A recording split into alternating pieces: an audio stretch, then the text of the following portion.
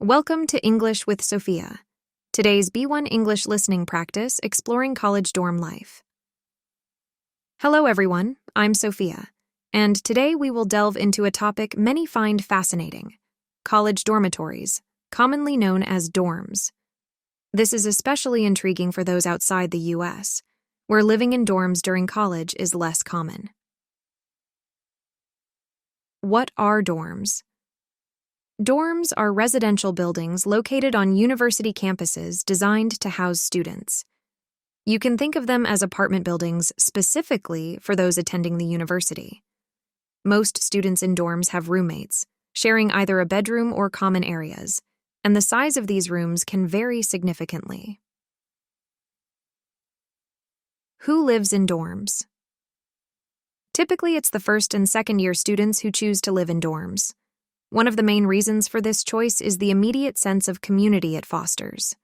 Living in dorms makes it easier to connect with peers and quickly build a network of friends. However, by the third and fourth years, many students opt to move off campus, seeking more privacy and independence. Challenges of dorm life. Despite the social benefits, dorm life comes with its challenges. The most notable is the lack of privacy. Many students share their room with at least one other person, and adjusting to each other's habits can be difficult. Conflicts can arise if roommates have different lifestyles or don't share responsibilities equally. Dining hall meals. Another aspect of dorm life is the reliance on the university dining hall for meals. These facilities typically offer buffet-style, all-you-can-eat meals, which can be appealing initially. However, the novelty might wear off over time, and some students find themselves tiring of the repetitive menu options. Additionally, the abundance of available food can lead to the infamous freshman 15, where students might gain weight during their first year.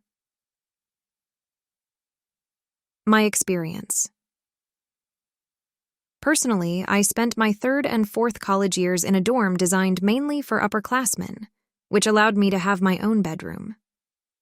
While the private bedroom was a plus, sharing a kitchen and living area was sometimes challenging, particularly when roommates were not diligent about cleaning up after themselves. Living in dorms can be a mixed experience, offering both opportunities for friendship and challenges related to privacy and communal living. It's a unique part of university life that shapes many students' college experiences. Thank you for joining today's session on college dorm life. I hope this discussion has given you a clearer picture of what it's like to live in a college dorm and the various aspects of this living arrangement. Keep practicing your English and exploring different cultural topics with us here on English with Sophia.